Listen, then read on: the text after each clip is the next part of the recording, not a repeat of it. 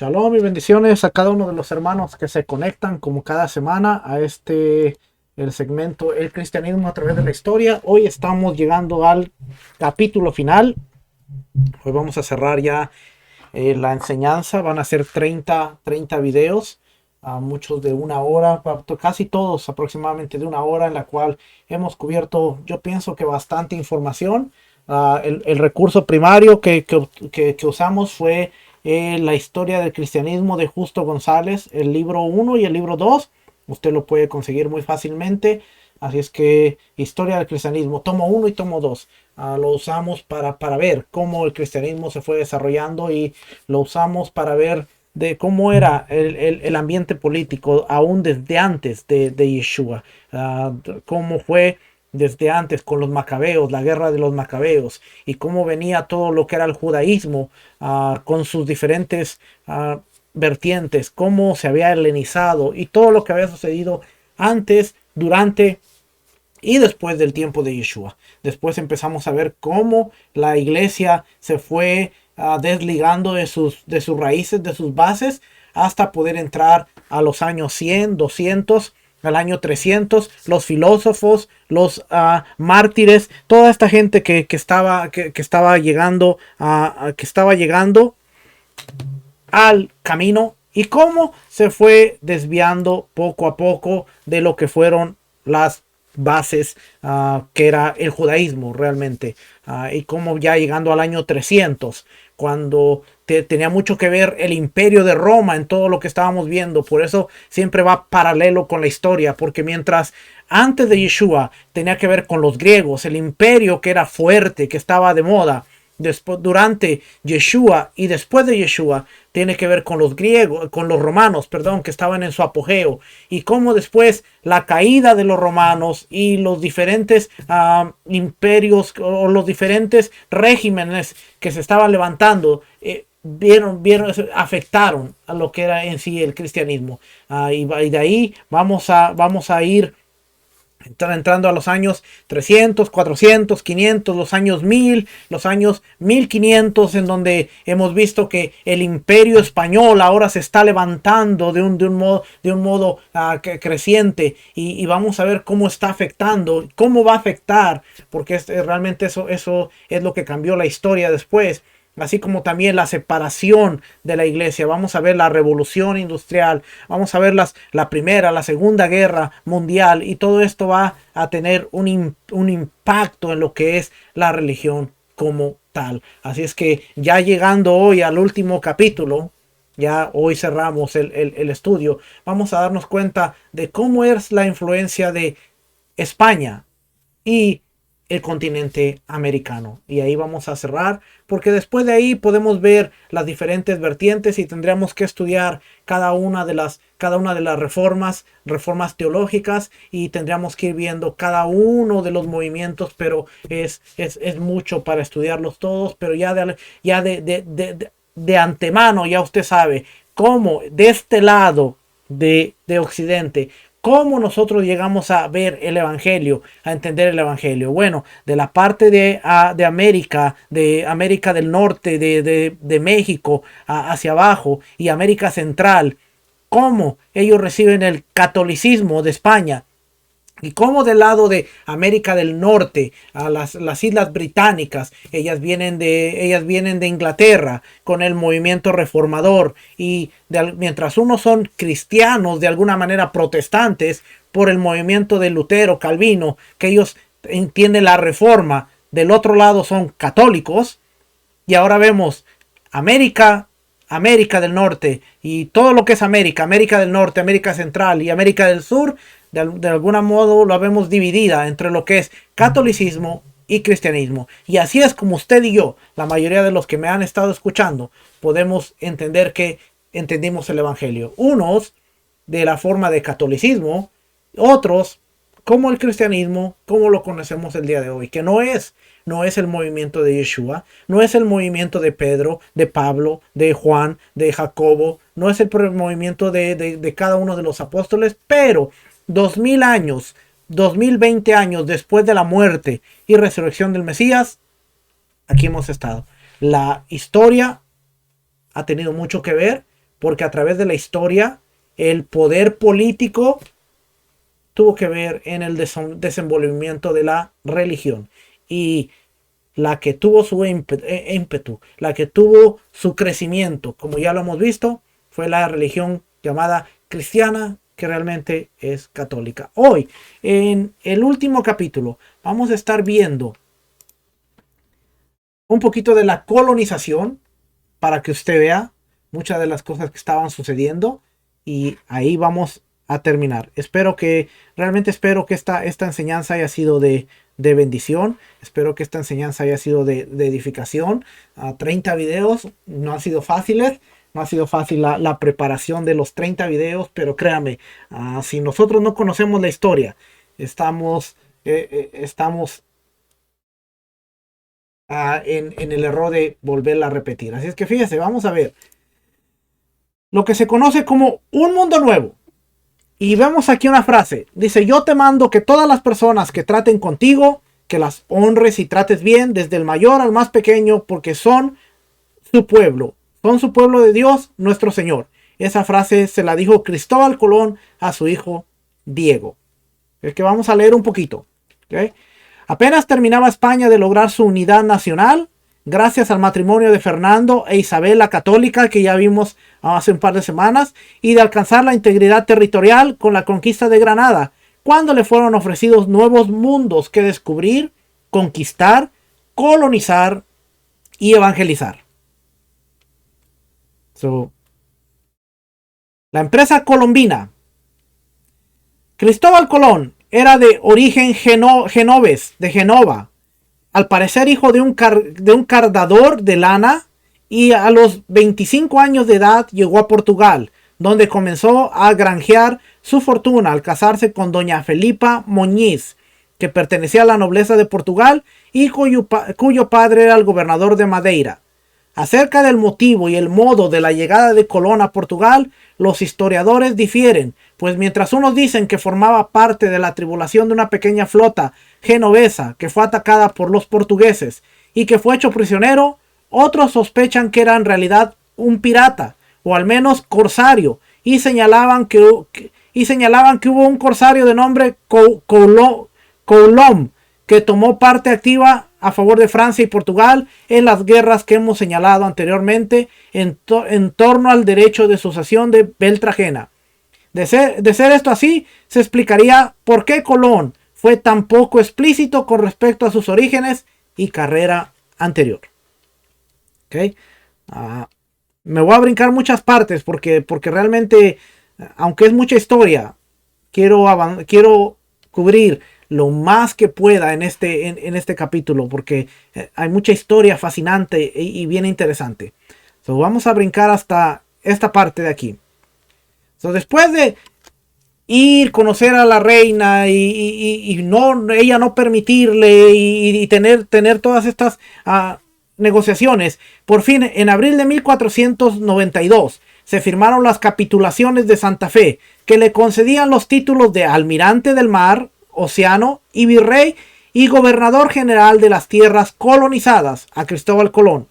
Además, puesto que la empresa era principalmente comercial, llevada por la esperanza de llegar a las Indias, se le otorgaba al almirante y a sus sucesores la décima parte, o sea, el diezmo, la décima parte de todo el comercio que resultara de la empresa. Es muy probable que estas capitulaciones que han despertado el interés de los historiadores hayan sido vistas por la corte castellana como de menor importancia. Nadie soñaba que el viaje que se preparaba pudiera tener los resultados que tuvo, y por lo tanto la corona o España, que arriesgaba bien poco en la empresa, estaba dispuesta a mostrarse pródiga. Por fin, el 12 de octubre de 1492, los cansados aventureros pusieron pie en la isla de Guanahani, en las Lucayas, a las que nombraron San Salvador. El primer lugar, de acuerdo a la historia, el primer lugar que ellos pisaron fue San Salvador. ¿Okay? Se llamaba la isla de Guanahani y la nombraron San Salvador. Tras navegar por las Lucayas, la flotilla colombina se dirigió hacia el sur, donde tocó tierra en Cuba y en Haití. La primera recibió el nombre de Juana en honor en honor del infante Don Juan, y la segunda el de la Española. O sea, a Haití se le llamaba la Española. En la Española o en Haití, la principal de las tres carabelas, la Santa María, encalló y con sus maderos Colón hizo construir el fuerte Natividad en la bahía de Samana. Ahí dejó a modo de guarnición algunos de los hombres de la Santa María con la promesa de visitar el lugar en su próximo viaje. Las dos carabelas restantes emprendieron entonces el retorno. El mal tiempo las separó y fueron a dar a distintos puertos en la península ibérica, pero a la postre regresaron a Palos, al puerto de Palos, en Moguer, de donde habían partido el 14 de marzo de 1493. Los reyes que se encontraban en Barcelona hicieron venir al intrépido marino, que trajo consigo varias pruebas. Trajo consigo varias pruebas del descubrimiento, inclusive algunos habitantes de la tierra supuestamente descubiertas, a quienes se les llamó indios, por proceder de las Indias, según él creía que había descubierto a las Indias. Aunque se ha exagerado el recibimiento de que los reyes hicieron objeto al almirante, no cabe duda de que fue cordial y que pronto comenzaron a hacer planes para otro viaje. Al tiempo se extendían solicitudes a Roma para que el Papa, a la sazón el aragonés Alejandro VI, diera las bulas necesarias para una empresa de colonización y evangelización. Esta palabra es bien interesante, esta palabra bulas, porque lo voy a llevar aquí a este recurso. Este recurso se llama, déjenme ver cómo se llama. Se llama el Diccionario General de la Lengua Española, Vox. Es un diccionario muy general. Y dice aquí bula. Bula es un documento pontificio, o sea, del Papa. Es un documento pontificio que trata materias de fe, asuntos administrativos o judiciales, o concede ciertos privilegios, y que está autorizado por el Papa mediante un sello que lleva su nombre. Antiguamente, el Papa concedía una bula que liberaba del ayuno a los que involucraban a luchar a la guerra contra los fieles. Por bula de Urbano VIII se amenazaba con la excomunión a quienes ahí hicieran el uso del tabaco en los recintos religiosos.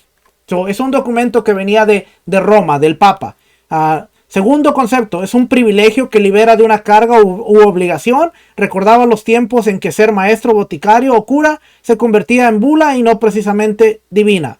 ¿Ve? A ser cura, ser maestro, boticario, el Papa hacía cualquier persona a través de un documento. Así es que, bien interesante, porque quería llevarlo ahí para que usted viera esa palabra. Porque aquí dice que le diera las autorizaciones necesarias, le diera las bulas, el documento firmado y oficial por el Papa. Acerca del segundo viaje, es preciso señalar que navegó en él como legado apostólico el religioso fray Bernardo Boil, además de tocar por primera vez en Puerto Rico y varias islas menores. Colón y los suyos se dirigieron de nuevo a la Española, Haití, donde encontraron destruido el fuerte Natividad. Los indios, hartos del maltrato recibido de los españoles, se habían sublevado y matado a los colonizadores. Ahí dejó Colón a Fray Bernardo a cargo de la evangelización de la isla y al militar Pedro Margarita, con la encomienda de conquistarla. Así comenzó lo que sería tan característico de la empresa española en América, es decir, la unión de los intereses de conquista y colonización con la tarea de la evangelización. Tras visitar de nuevo a Cuba y levantar acta haciendo constar de que se trataba de tierra firme y que por tanto había llegado al Asia, pensaba que había llegado al continente asiático, Colón regresó a España durante este segundo viaje y se pusieron de manifiesto algunas actitudes de Colón que comenzaron a producir desconfianza entre las autoridades españolas, que dudaban acerca de su aptitud de gobierno. Además, temían que tratara de seguir el ejemplo de los grandes de España. A consecuencia de esto, aunque fue muy bien recibido su regreso a la corte, Colón no pudo partir en su tercer viaje tan pronto como esperaba.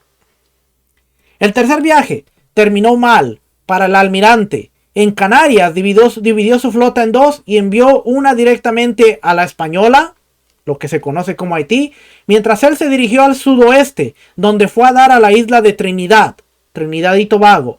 De ahí atravesó a la península de Paria y por tanto tocó por primera vez el continente americano, aunque no fue sino varios días después, convencido por el flujo de agua del sistema Orinoco, que declaró que había descubierto otro mundo. El tratado de los nativos, dulce y acogedor, el oro y las perlas que parecían abundar, y toda una serie de supuestos indicios geográficos convencieron al almirante que había llegado al paraíso terrenal, y así lo hizo constar. Del paraíso, Colón pasó al infierno. Cuando llegó a la Española, descubrió que las noticias de mala administración suya y de sus hermanos Diego y Bartolomé habían llegado a España, y que la reina había enviado a Francisco de Bobadilla con amplios poderes para juzgar sobre el asunto. Sobre todo se decía que la administración de los Colón era a la vez débil y cruel, y que esto había resultado en la rebelión de algunos españoles. Pero no todo era color de rosa. Ahora lo estaban acusando a Colón y a sus hermanos de que eran malos administradores. ¿Okay? No, vamos a brincar otra parte. Esta parte no la subrayé, pero mire, aquí está. Dice, esperaba un huracán y continuó el viaje a Jamaica, de ahí a la costa sur de Cuba, y estaba a punto de descubrir el estrecho de Yucatán cuando torció al sur y fue a dar a la costa de Honduras. Descubrió Honduras. Ahí está donde descubre Honduras, Jamaica o todos los países de centroamericanos. Pero vamos a ver hasta acá. ¿Dónde está la parte que quiero brincar?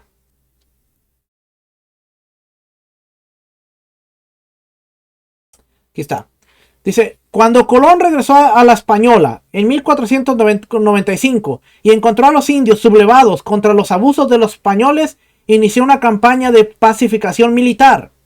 Parte del resultado de esa campaña fue un número de prisioneros de guerra, a quienes el almirante envió a España para ser vendidos como esclavos.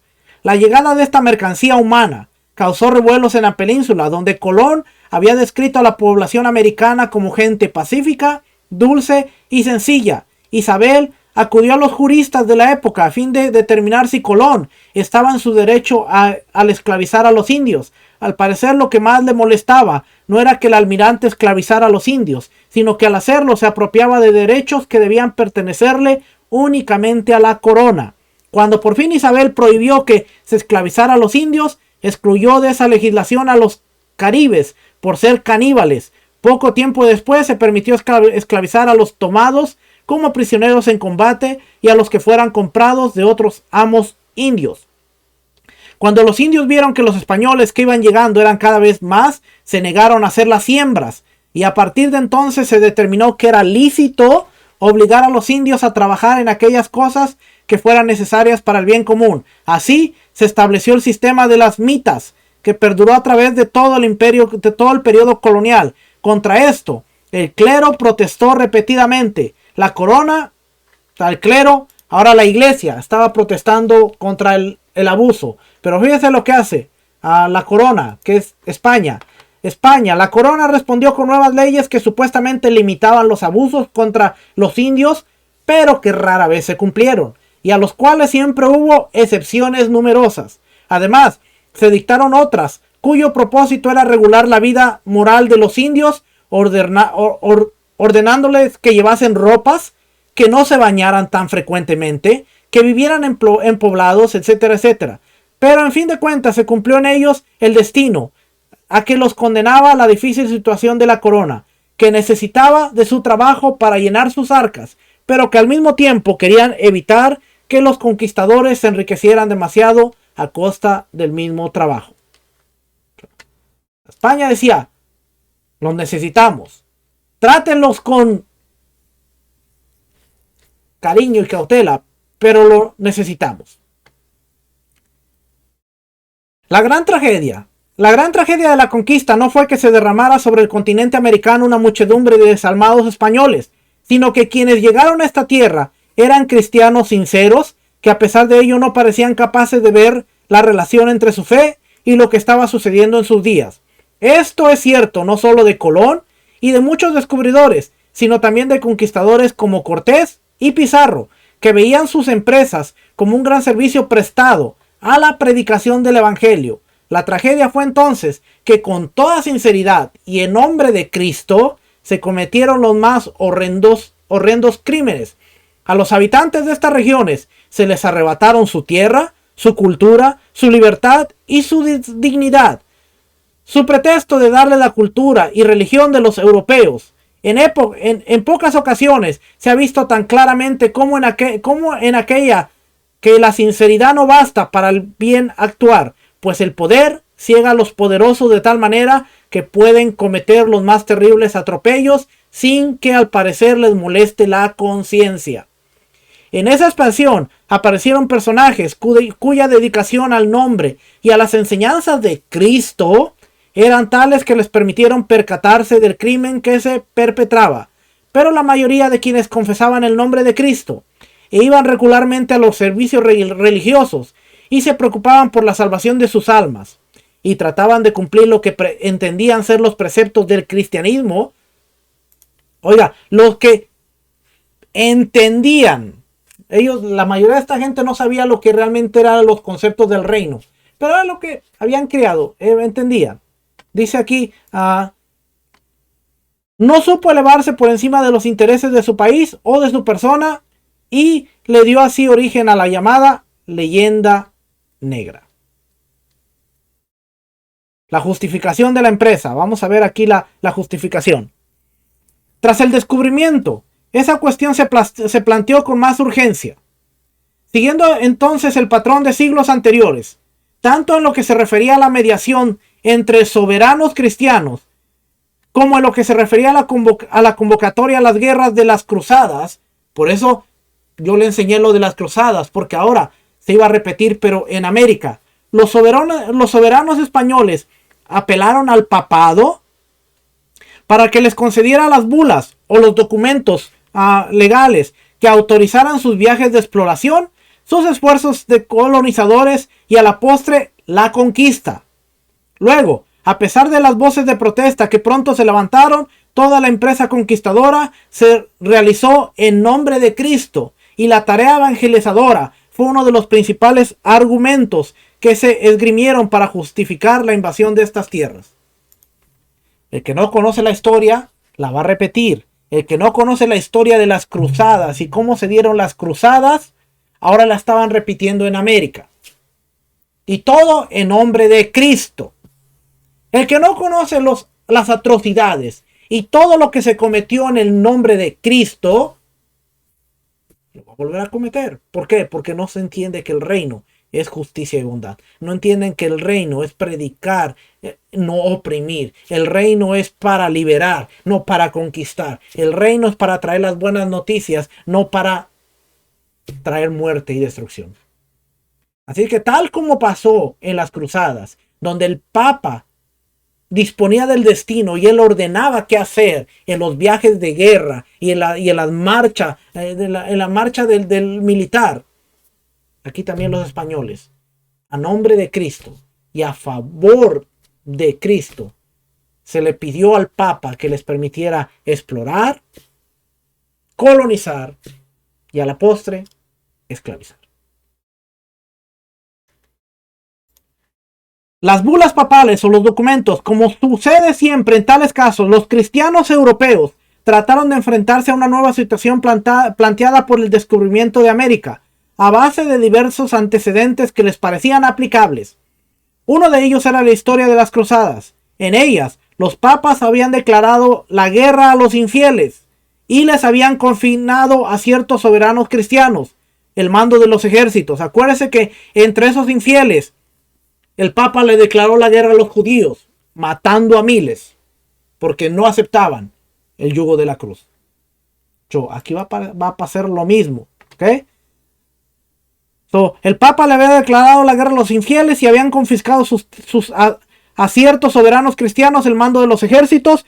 Cuando tales empresas habían tenido buen éxito, los papas habían otorgado o al menos reconocido derechos de posesión sobre las tierras conquistadas, como sucedió, por ejemplo, al fundarse el reino latino de Jerusalén. Sobre esa base, en muchos de los documentos referentes a la conquista, aparecen las antiguas frases y fórmulas que se empleaban en las cruzadas. Ahora usted sabe, bueno, ¿qué tenía que ver las cruzadas? ¿Por qué estudiamos las cruzadas? Porque todo está conectado. todo está conectado, ¿ok? Para poder entender la historia y para poder entender cómo se ha movido la religión a través de la historia, tenemos que ver todas las conexiones, ¿ok? Vamos a brincar a... Aquí lo que estoy brincando son las protestas de los frailes o de los monjes. Muchos de ellos vinieron y estaban en contra de los abusos que estaban dando. Así es que a muchos de ellos se estaban levantando. Es que vamos a ver. Aquí está otro, Francisco de Vitoria. Y aquí todo esto es historia, que no la marqué porque si la marcaba la iba a leer, pero la empresa antillana. ¿Ok? Colonización de la española. Haití, acuérdese, Haití. Este es Haití. Y después de esto. De hecho, este no lo marqué, pero mire, vamos a ver rapidito aquí. Colonización de Haití. Tras encontrar destruido el fuerte Natividad, Colón y los suyos siguieron navegando a lo largo de la costa de la Española hasta que llegaron a un lugar que les pareció propicio para fundar una población, al que nombraron la Isabela en honor a la reina. Ahí celebraron la misa. Eran cristianos, pero están celebrando misa. Celebraron la misa solemne los sacerdotes el día de Reyes de 1494. Inmediatamente se comenzó la construcción de los principales edificios de piedra. Se construyeron la iglesia, el cuartel general de Colón y el almacén. Los demás edificios para morada de los vecinos se hicieron de madera y paja. Esto es Haití. Mientras tanto, en la nueva colonia las cosas no marchaban bien. Antes de la salida del contingente que iría a España, muchos trataron de desertar y partir con él. Tras castigar severamente a los rebeldes, Colón envió una pequeña columna a la región de que los indios llamaban Cibao, pensando que quizás ese nombre indicaría que se trataba de Zipango, el nombre que entonces se le daba a Japón. Cuando los enviados regresaron con algún oro y con noticias de haber sido bien recibidos por los indios, Colón marchó hacia el Cibao con una fuerza mayor, pero en esa segunda ocasión los indios huyeron, quizás atemorizados por el aparato bélico de los españoles. En el Cibao, el almirante construyó una fortaleza a la que llamó Santo Tomás, porque los incrédulos no creían que había oro, los incrédulos que no creían que había oro quedaban refutados. Los indios no estaban dispuestos a permitir que los españoles marcharan impunes por sus tierras y cometieran con ellos los abusos que cada vez se hacían más frecuentes. El cacique Caonabo, a quienes acusaban de haber organizado el ataque al fuerte Natividad, se unió a otros jefes para marchar contra Santo Tomás. Ante tales noticias, Colón mandó una fuerza de varios centenares a hombres a defender la fortaleza, con instrucciones de aplicarles castigos severos a los indios rebeldes, cortándole las orejas y las narices. El jefe de esa expedición no vaciló en aplicar tales instrucciones con implacable crueldad. ¿Ve? Dice, en el entretanto, no hay noticias de que los supuestos misioneros hicieran gran cosa en pro de la conversión de los indios.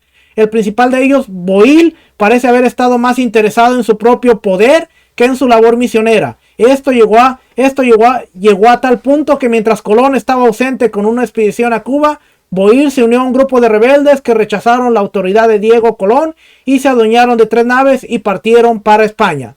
Se regresaron. Él tenía la misión de evangelizar y no lo hizo. Se fue. Y aquí hay más historia aquí. Puerto Rico.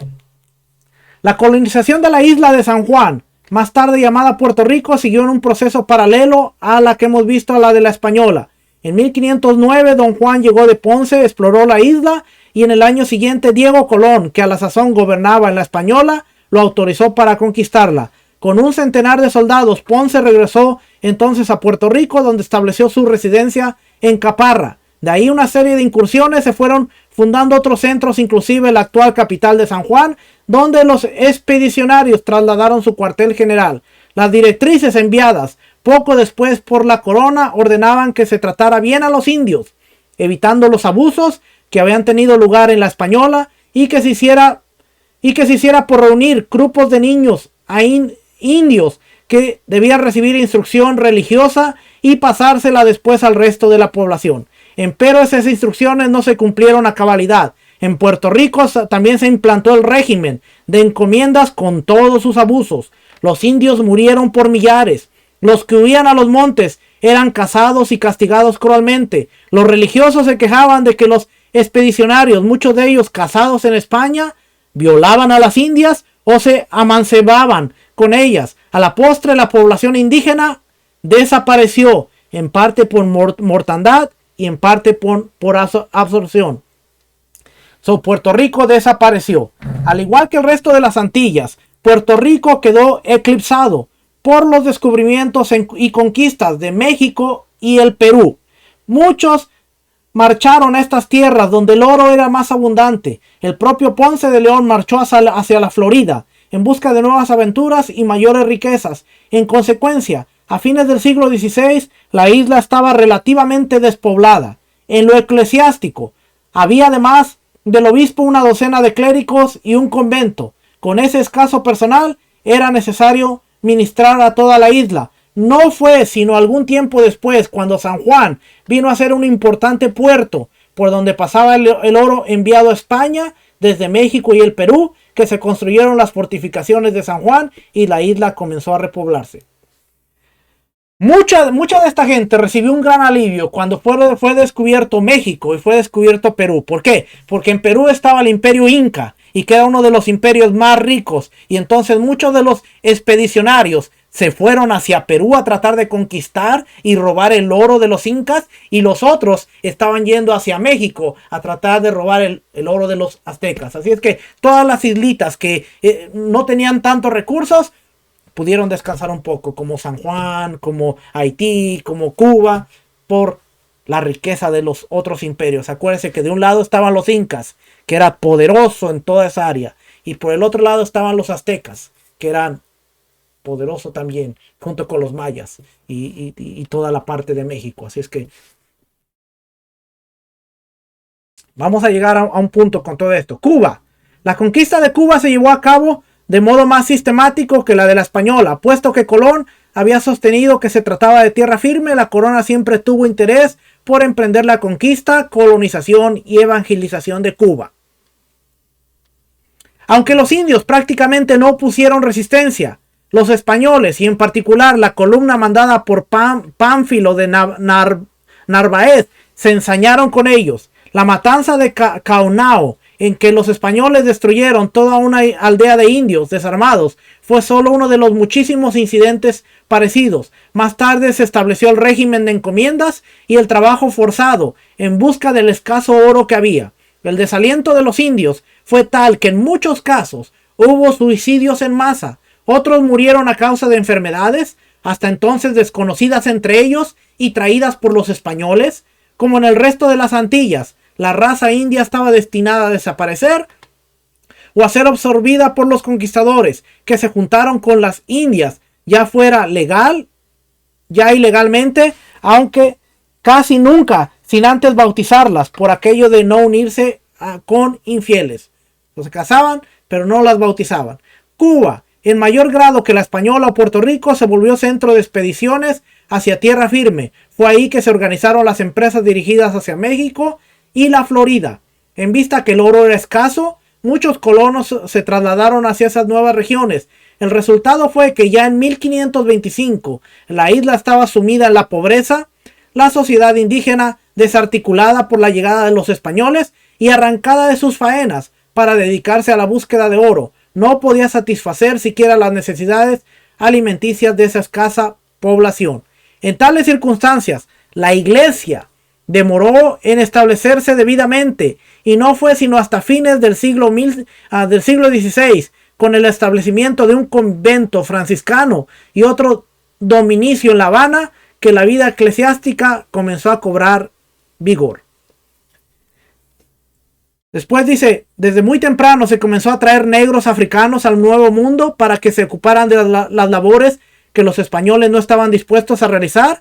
Ya en 1502 Nicolás de Obando llevó consigo a la española varios negros, aunque no traídos directamente de África, sino de Sevilla, donde ya eran esclavos. Usted se pregunta, ¿por qué hay mucha gente de raza negra en Centroamérica y en las Antillas? Porque durante la conquista los traían como esclavos para trabajar. ¿Okay? Muchos de ellos venían para trabajar. Dice, algunos teólogos pusieron reparo al tráfico de esclavos, pero es notable que la principal discusión no tenía que ver con la injusticia de la esclavitud, sino con los derechos e intereses de los blancos involucrados en el asunto. Así, por ejemplo, cuando en 1553 se autorizó la importación de 23,000 esclavos, oiga, 23,000 esclavos al Nuevo Mundo, los teólogos que se opusieron al acuerdo basaron sus argumentos en los privilegios excesivos de ciertos banqueros que parecían violar los derechos de otros españoles. No les importaba tanto lo a la gente de color, sino lo que se estaba violando entre los españoles, los derechos, los privilegios y lo que se estaban haciendo. De ahí vamos a brincar a la serpiente emplumada. Ya vimos cómo se conquistó Centroamérica, las Antillas. Pero vamos a ver, la serpiente emplumada. En 1517, el mismo año que Lutero, oiga, porque esto va a la par. Mientras estaba sucediendo algo en Alemania con Lutero, estaba sucediendo algo aquí en México.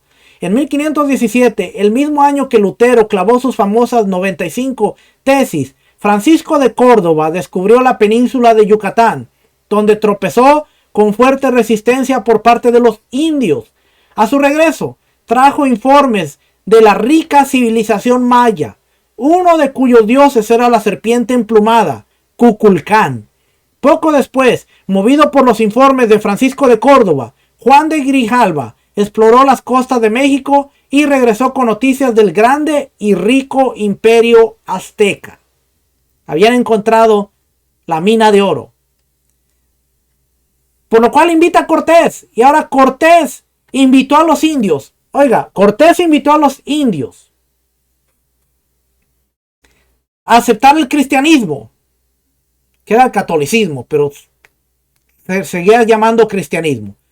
Cortés invitó a los indios a aceptar el cristianismo cuando se negaron, igual que los judíos, cuando se negaron, diciendo que sus dioses les habían servido bien y que no tenían por qué abandonarlos. Cortés ordenó que los ídolos fueran destruidos y arrojados de la cima de la pirámide. Después, en el lugar en que antes estaban los dioses, pusieron un altar con una cruz y la imagen de la Virgen.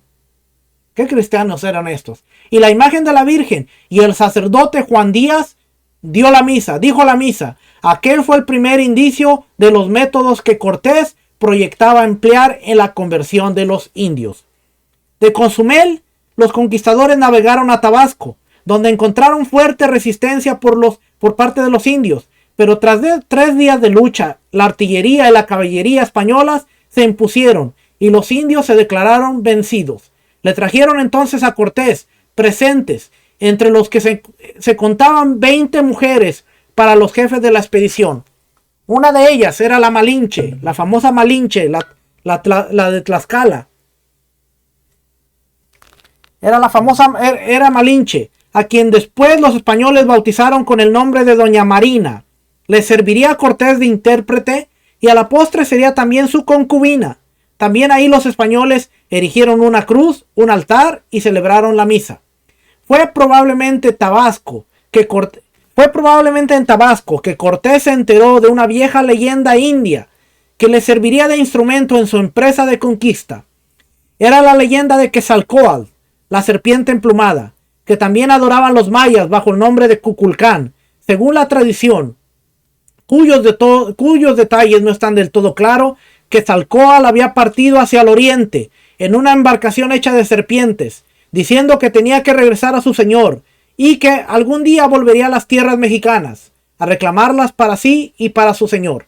La leyenda añadía que ese regreso tendría lugar en un año designado en el calendario mexicano como Seacatl o una caña.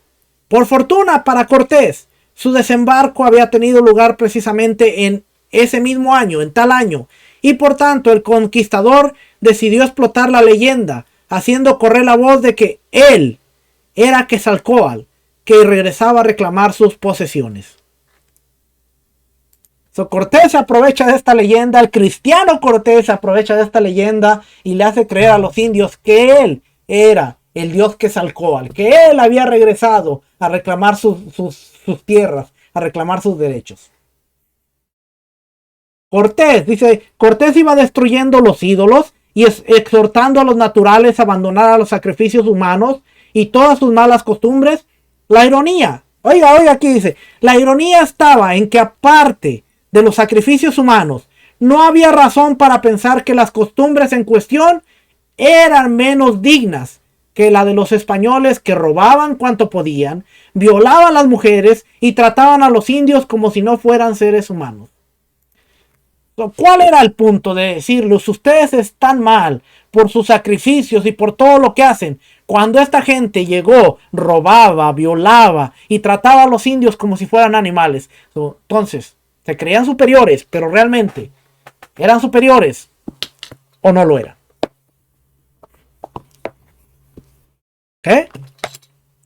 Ya usted está viendo cómo aún en la mente de los indios estaba el, bueno, si nosotros somos inferiores, ¿por qué ustedes hacen lo que hacen? Déjeme avanzar para terminar ya. Cortés iba ya leí esa parte. Aquí va hacia Tlaxcala. En Tlaxcala encuentra una gran resistencia. Tenochtitlan. En Tenochtitlan también se encuentra con Moctezuma. A los pocos días, dice aquí, a los pocos días de llegar a Tenochtitlan, Cortés recibió invitación por parte de Moctezuma para que se le uniera en una visita al templo del dios Huitzilopochtli, a quienes los españoles llamaban Huichilobos. Las palabras de Cortés en el templo fueron harto faltas de respeto para la religión de los indios, y el emperador Moctezuma, agraviado, le pidió que se retirara mientras él ofrecía sacrificios de arrepentimiento a los dioses por haber traído al español al recinto sagrado. Cortés se decidió a dar el golpe de mano. Él y un grupo de sus soldados se presentaron en el Palacio Imperial, capturaron a Moctezuma y lo invitaron a establecer su residencia con ellos. Dueño de la persona del emperador, Cortés se creyó suficiente fuerte para destruir los ídolos, pero sus primeros hechos de esa índole causaron tal enojo entre la población que el conquistador desistió por algún tiempo. Secuestra a Moctezuma y él dice, bueno, quitado Moctezuma del camino, ahora yo puedo entrar con todo el rigor y destruir todo, pero fue tal la resistencia que no se lo permitieron. Cuando estuvieron suficientemente cerca, dice él se acerca, empieza y va hasta Tenochtitlan, y cuando estuvieron suficientemente cerca, pudieron ver a algunos de sus camaradas hechos prisioneros por los aztecas, sacrificados en lo alto de la pirámide donde estaba el altar a Huitzilopochtli. Por fin, a pesar de la valerosa resistencia dirigida por Cuauhtémoc, que era sobrino de Moctezuma, la ciudad y el propio Cuauhtémoc quedaron en manos de los españoles y la conquista había terminado.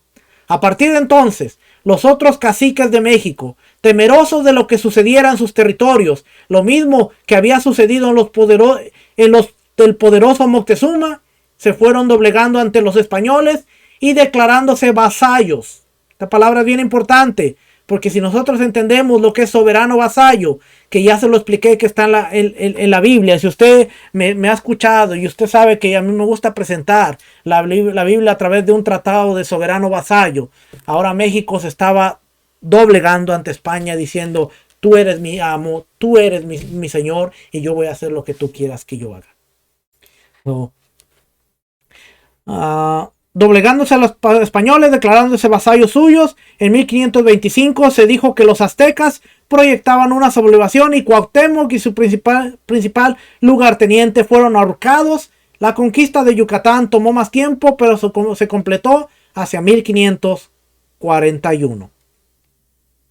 Cortés dirigió otras expediciones a Honduras, Baja California y por fin regresó a España, donde murió en 1547. Aunque 2 sacerdotes acompañaban a Cortés desde el principio de su expedición, naturalmente no bastaba para la obra de conversión de tan vasto imperio. Otros 3 llegaron después, entre ellos el famoso Pedro de Gante, que se dedicó a la enseñanza y mediante ella hizo un verdadero impacto en el país. Pero Cortés, que a pesar de todas sus violencias era católico sincero, no era cristiano, era católico, y hasta fanático, le escribió a Carlos V, rogándole que le enviara frailes, y no sacerdotes seculares ni prelados, pues los frailes vivirían en pobreza y serían un ejemplo para los nativos, mientras que los seculares y los prelados se ocuparían más de lujos y pompas, y nada o poco harían en pro de la conversión de los indios. En respuesta a las peticiones de Cortés, llegaron a la Nueva España, que se llamó así ahora México, 12 franciscanos, a quienes después se les dio el título de los 12 apóstoles. Eran personas dignas que conservaban rigurosamente el ideal de su promesa, de la pobreza de su fundador, San Francisco. Llegan estos 12. Al recibir a aquellos franciscanos, Cortés se arrodilló ante ellos y les besó las manos, con lo cual los indios comenzaron a preguntarse qué poder tenían aquellos pobres predicadores que el propio Cortés se hincaba ante ellos. Pura estrategia. El resentimiento de los indios contra los españoles era grande, pues les habían tomado sus tierras, muchos de ellos violaban a las mujeres y todos ellos despreciaban los más altos logros de su cultura, tratándolos como bárbaros. Por otra parte, el triunfo de los cristianos parecía demostrar que su Dios era más poderoso que los vencidos, y por tanto, eran muchos los indios que se apresuraban a pedir el bautismo con la esperanza de conquistar de ese modo la buena voluntad de tan poderoso Dios. La conversión no fue tanto que ellos entendieran cómo era Dios, sino, acuérdese, en el mundo antiguo, todas las cosas sucedían por Dios, por un Dios, cualquiera que fuera el Dios.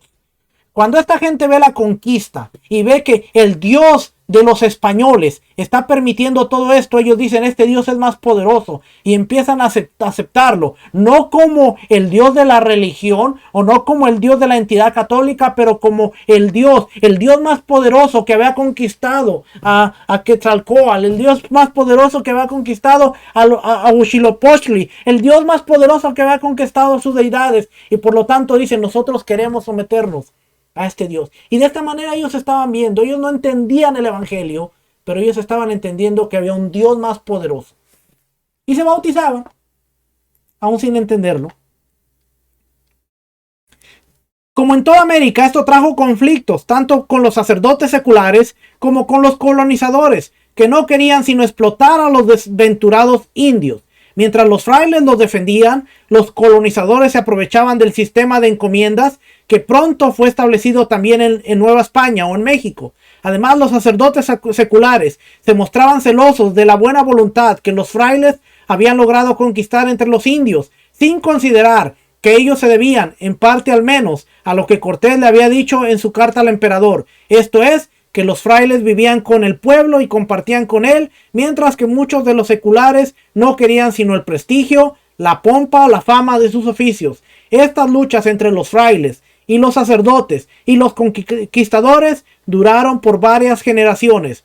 Una de las primeras controversias en la iglesia mexicana tuvo que ver con los bautismos en masa que celebraban los primeros misioneros. Tras la derrota de los aztecas y al parecer también de sus dioses, los indios acudían a recibir el bautismo en grandes números. Los misioneros pensaban que bastaba con que supieran algo del monoteísmo cristiano, la doctrina de la redención de Cristo, el Padre Nuestro y el Ave María. Algunos parecían tímidos y por ello no podían repetir lo que se les enseñaba. También fueron bautizados.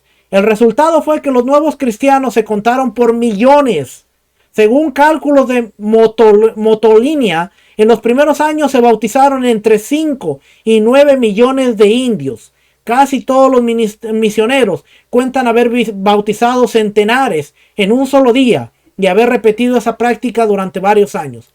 Cientos y cientos y cientos se bautizaban, por lo que representaba la conquista de su Dios, y no tanto porque entendían el evangelio.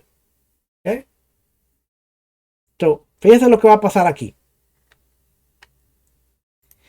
En 1547, cuando se reorganizó la jerarquía de las nuevas tierras, se designaron 3 arquidiócesis, que serían sedes metropolitanas de los demás obispados. Hasta entonces, todos los obispados americanos estaban bajo la jurisdicción metropolitana de Sevilla.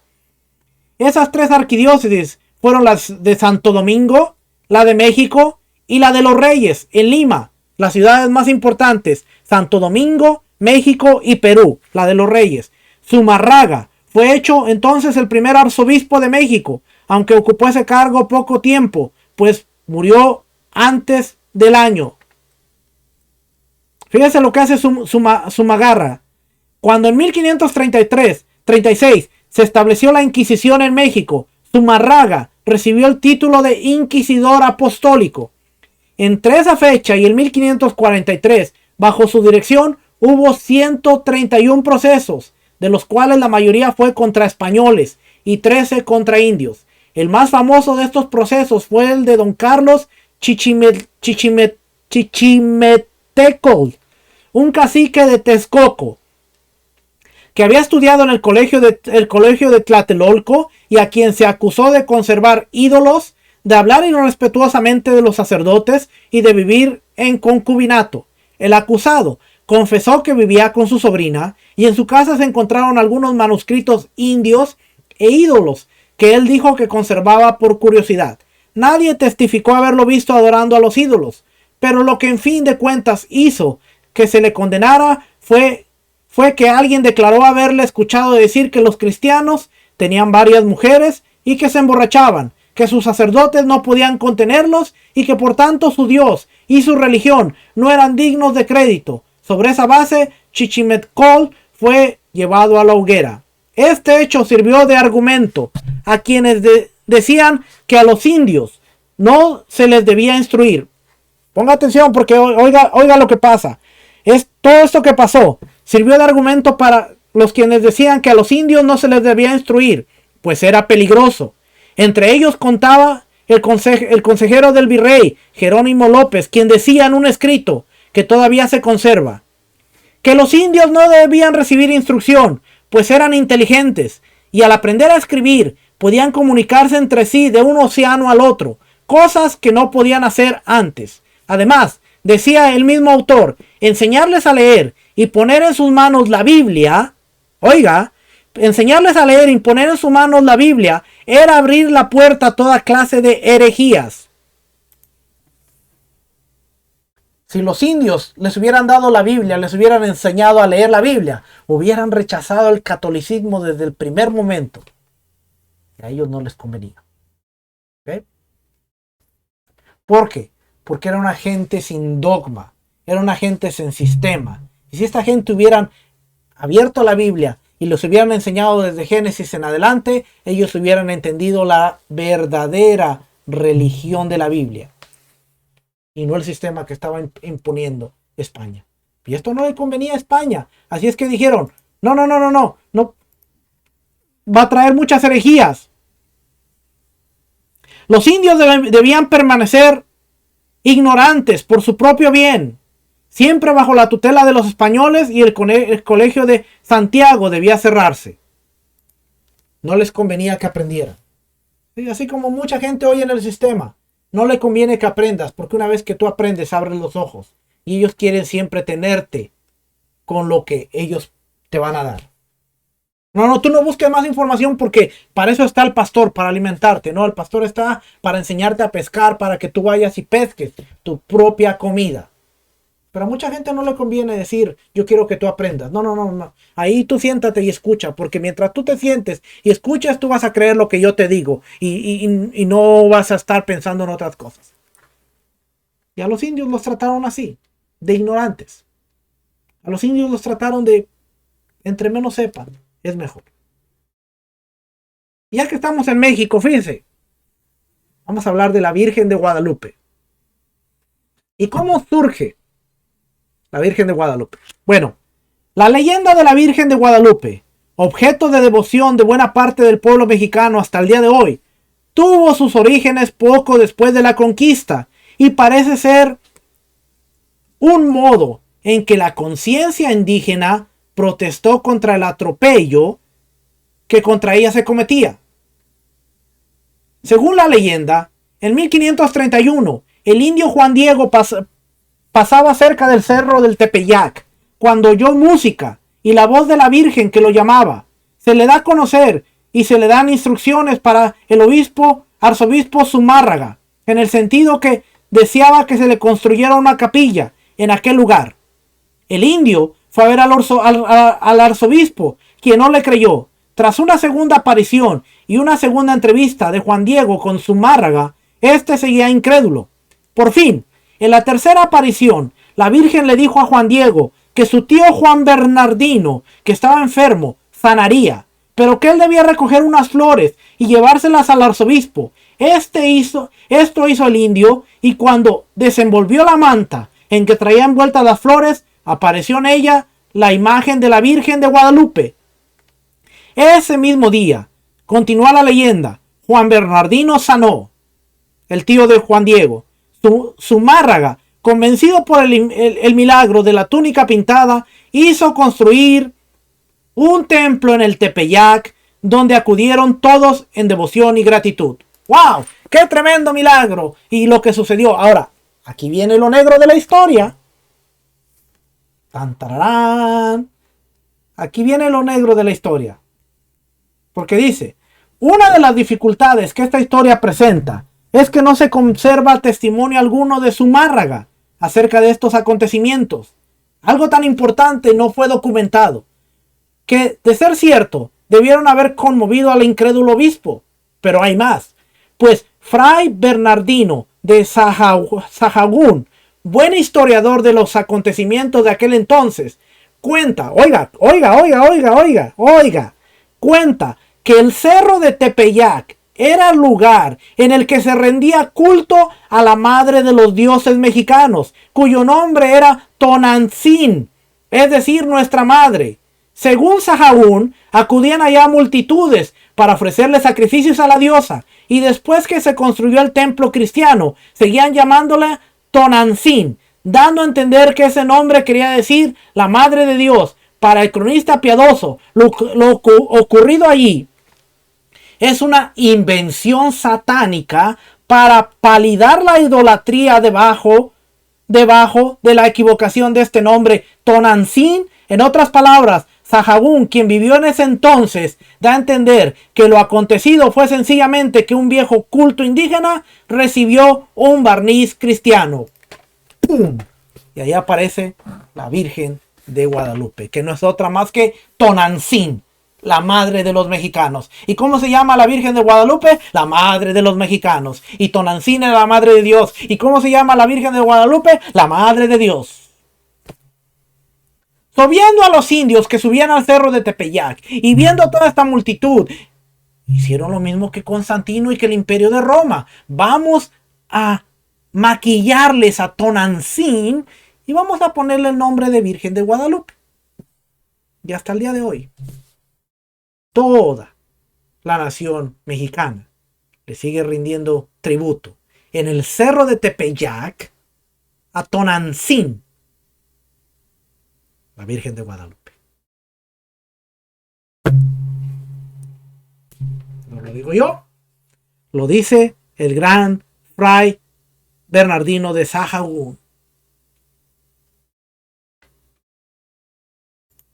A la postre, el obispo tuvo que aceptar lo que decía el indio. Además, la relación entre Guadalupe y Tonantzin señala el hecho de que, aunque los españoles pudieron arrollar los templos, los señoríos y las instituciones de los indios, siempre quedaba un cetro de resistencia que le permitía al indio conservar su dignidad y su orgullo y en su propia historia. Desde sus mismos inicios, la leyenda de la Virgen de Guadalupe puede verse como una protesta de un pueblo oprimido, y no es entonces por pura coincidencia que cuando el pueblo mexicano se rebeló contra el régimen español, la Virgen de Guadalupe fue su estandarte.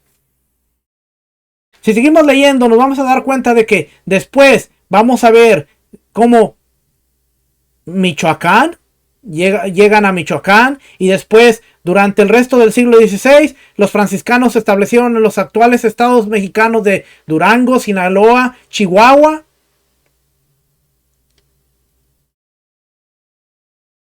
¿Ve? Baja California, Nuevo México. Más tarde, la amenaza de los franceses en la Luisiana y de los rusos en el norte de California inspiró a los españoles a establecer bases misioneras en Texas. Además, adentrarse más en California. Los primeros intentos de colonización y evangelización en la Baja California resultaron fallidos. A la postre, fueron los jesuitas quienes lograron establecerse primero en la costa oriental del Golfo y por último en la península misma. Solo fueron los jesuitas los que se establecieron ahí, aunque después dice por aquí que los jesuitas fueron expulsados. La corte, dice en 1767, la corte decretó que todos los jesuitas fueron expulsados de los territorios españoles. Varias de las misiones fueron ocupadas por franciscanos, dominicos y otros. ¿Qué más le puedo decir? Que así como apareció la historia de la Virgen de Guadalupe, que usted se va a dar cuenta, muchos de los santos en toda Centroamérica, en todo el continente americano, América del Norte, América Central, América del Sur, las cordilleras, lo único que hicieron fue: este es tu santo, vamos a presentarte a este. Tal como lo hicieron en el Imperio Romano. Como vimos al principio de la historia. Muchos iban a rezarle. Muchos iban a orar al nombre de un mártir. Pensando que era su Dios. Y así entró el sincretismo. Y el culto católico está lleno del sincretismo. Y acuérdese, la iglesia cristiana, como se conoce hoy, no como se conocía en ese entonces, salió de ahí. Con los mismos principios, mismos valores. No adoran estatuas. No tienen la autoridad del Papa, pero regulan su liturgia, sus días de fiesta, bajo lo que Roma y la autoridad del Papa siguen dictando. De ahí el mundo como lo conocemos. Ya usted conoce las diferentes independencias de cada país.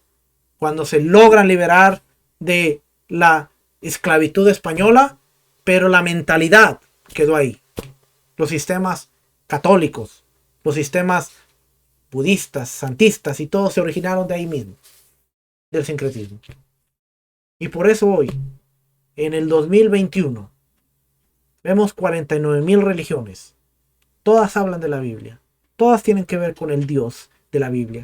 Pero la mayoría de ellas están alejadas de lo que es el concepto de la raíz de la fe. Y hoy en Raíces Hebreas estamos creando un caos. Estamos creando un desorden de igual manera. Están los que no, Yeshua es Dios. No, Yeshua es la representación de Dios, pero no es Dios. Están los que no, Yeshua es el Hijo del Hombre, un ser humano de carne y hueso. Están los que creen que la Pascua se debe celebrar en tal fiesta, en tal día. Los que usan el calendario de Enoch, el calendario de Yacer, los que usan el... Estamos haciendo exactamente lo que sucedió con el catolicismo y el cristianismo. Y si no nos cuidamos, y si no aprendemos de todo esto, vamos a terminar de la misma forma. Hasta aquí ha sido la historia del cristianismo. Espero que la haya disfrutado. Puede ver todos los videos completos en el canal de YouTube. Hay 30 videos. Hoy es el número 30. Terminamos la serie con 30 videos de historia que usted puede validar. Vemos los diferentes imperios, vemos las diferentes circunstancias, vemos cómo llegamos a donde llegamos. Y hoy Hoy usted encuentra los metodistas, los luteranos, los testigos de Jehová, los mormones, los bautistas, iglesias de Dios, Jesús solo, los jesuitas, asamblea de Dios, los pentecostales, y dentro de los pentecostales hay diferentes ramas y puedo seguir mencionando un montón. Es más, mire, no terminamos el libro, pero déjeme enseñarle todo lo que tiene este libro al final. Ahí usted ve toda esta parte que no vimos aquí. Horizontes. Déjeme ver si puedo abrir aquí esta parte de aquí. Aquí está horizontes políticos. La independencia de las 13 colonias, para hablar un poquito de la historia de Estados Unidos. La inmigración. Segundo advenimiento. La esclavitud, la guerra civil, guerra mundial. Nuevas religiones. Y aquí están los mormones, los testigos de Jehová, la ciencia cristiana. Todo esto ya no pudimos verlo porque yo creo que ya es tiempo de pararle ahí. A nuevos horizontes, Europa, la Revolución Francesa, América Latina, la Iglesia, las nuevas naciones, la teología protestante, la teología de Schleiermacher, sistema de Hegel, el cristianismo y la historia, la teología católica, el papado, Pío, León, Asia, la India, China, Japón, Corea, Oceanía, Filipinas, Indonesia, Australia, Islas del Pacífico, África, el mundo musulmán, América Latina, cristianismo oriental, catolicismo romano, protestantismo europeo, protestantismo norteamericano y desde lo último de la tierra. Todo eso ya no lo vimos, pero es lo que hemos visto ya en estos últimos tiempos. Así que, familia, espero que esta serie haya sido de bendición. No me crea a mí nada. No me crea a mí nada. Verifíquelo. Ahí está la historia. Verifíquelo. Mucha gente no se quiere dar cuenta. Pero mucha gente sabe aún lo de la Virgen Católica que le presenté ahí. Y acuérdese, esta gente si algo tenía era detallista en todos los eventos. ¿Por qué el arzobispo? No hay ningún registro de lo que pasó con él y Juan Diego. Solamente pasó y se dio. Pero no hay ningún registro. Él no escribió nada. ¿No se le hace raro? Pero si hay un historiador de ese tiempo. Y dice, no. Eso del cerro del Tepeyac es Tonantzin. La diosa. La madre de los mexicanos. Y hoy decimos con mucho orgullo, la Virgen de Guadalupe, la madre de los mexicanos. A veces no sabemos ni de dónde sale eso. La Virgen de Guadalupe, la madre de Dios. Eran títulos que tenía desde antes que llegara la religión católica. Familia, que el Eterno les bendiga, que el Eterno los guarde, que el Eterno alce su rostro de favor y misericordia sobre ustedes, les conceda su shalom, los amo. La próxima serie, las fiestas de otoño que empezamos la próxima semana. Familia, shalom, bendiciones, shalom.